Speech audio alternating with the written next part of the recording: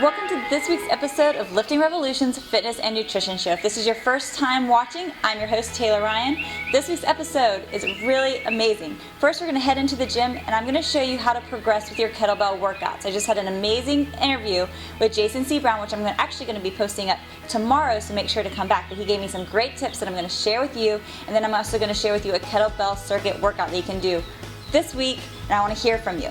Then we're going to go into my kitchen, and I'm going to show you what 300 calories worth of vegetables looks like. I gave my boot campers a challenge this week to try to implement adding 300 extra calories worth of vegetables into their diet. So I'm going to show you what that looks like and why you want to try it out as well. So let's go ahead and get in the gym and get started.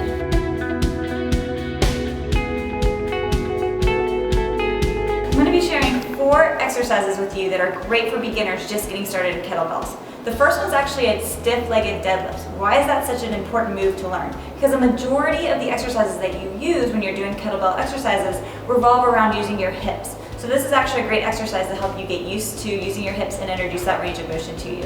So you're going to go ahead and grab my kettlebell. You want to make sure that you keep a nice straight back, your head stays up, feet are about shoulder width apart. You're going to reach down, grab your weight, slight bend in the knees. You never want to lock them all the way out. And using your hips, you're going to pull that weight all the way up. Drop it back down again, your head stays up, but your butt stays nice and tight, your back is nice and straight, and pull. Again, the whole motion is coming from my hips. And up. One more. Pull. Make sure your shoulders stay nice and back so that your head stays up nice and straight.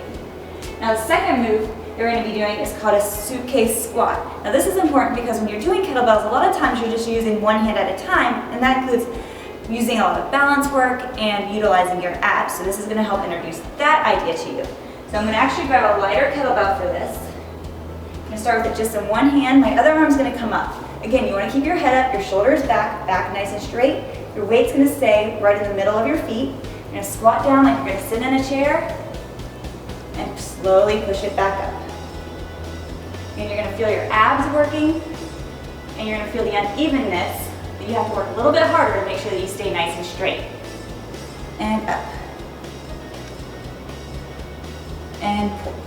So that's the second move. The third move that we're going to be doing today is a mini squat and release, because you're going to actually, when you're doing kettlebells, a lot of times you're letting go of the weights. This is going to help you get a little bit more comfortable with the idea of letting go of a 25-pound plus weight when you're doing an exercise, because that can sound a little bit intimidating. So you're going to grab your weight. I like to hold it right on the handles and do a mini squat and thrust it up and catch. Drop it back down, up, and catch it right along the ball. Using the momentum of your squat to release. Okay, and then as you get a little bit more comfortable, you can actually start throwing it up a little bit higher. And the last move we're going to be doing is a kettlebell swing. This is a classic kettlebell exercise move.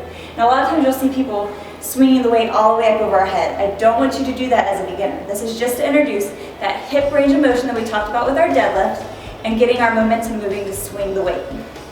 You're going to keep your head forward, lower down at your hips, use your hips to thrust that weight. There's actually very little work going on with my upper body. It's coming from my hips moving forward. Nice tight core so that you don't let your back arch, and head nice and straight. So now, here's what you're going to do. You've learned these 4 amazing exercises.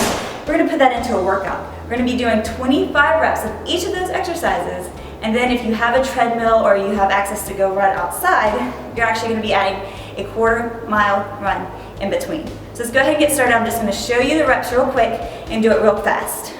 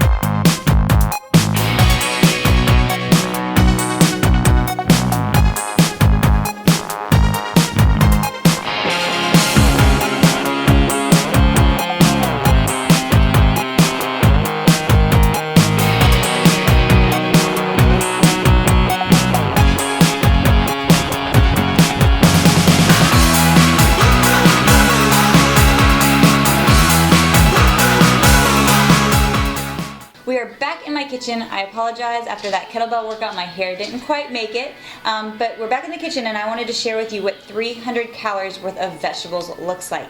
My boot campers right now are actually in the middle of an 8-week transformation challenge, and with that, each week I give them a different nutritional challenge. This past week, their challenge was this: to add 300 extra calories worth of vegetables to their diet. Why? Why is that such a great thing to do? Because it helps you to realize how filling 300 calories of vegetables will make you, so you actually end up eating less calories throughout the day. So what does 300 calories look like? Because they actually had a lot of questions with this. That looks like a sweet potato. I was allowing a sweet potato to count as a vegetable. An entire bag of Trader Joe's spinach. This entire bag only has 40 calories. That's a lot of spinach. Think about how full that'll make you feel. A cup of Brussels sprouts. These happen to be the world's largest Brussels sprouts in the world right now, growing up in Charleston. A cup of okra, if you like okra. A cup of mushrooms. Do you see how this is going? There's so many different varieties of vegetables to make sure you're getting so many different nutrients. And then an entire bell pepper. You can go with any color of this. Now remember, the color bell pepper does dictate the type of flavonoids and phytochemicals that you get.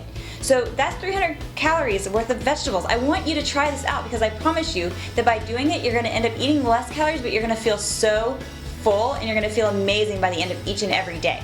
Let me know what your favorite vegetable is and how you would make up 300 calories. And that's a wrap for this week's episode of Lifting Revolution's Fitness and Nutrition Show. Now, make sure if you are watching this on YouTube to give us a thumbs up rating. Also, make sure to head over to the blog, liftingrevolution.com, where just about every single day I post great information just like this, whether it's workout related, nutrition related, or healthy living related. In fact, last week I just wrote up 30 different variations of burpees. Make sure you check that out if you haven't already. Also, make sure to head over to my website, fitwomensweekly.com, where you can get the best information regarding changing your body, whether you're trying to get in shape for an event or you're just looking at yourself in the mirror and you're ready to make a change. You get everything that you need, from the workouts, from meal plans, and from support. You get to actually talk one-on-one with me. Again, that's at fitwomensweekly.com. So that's a wrap for this week, and I'll see you next week.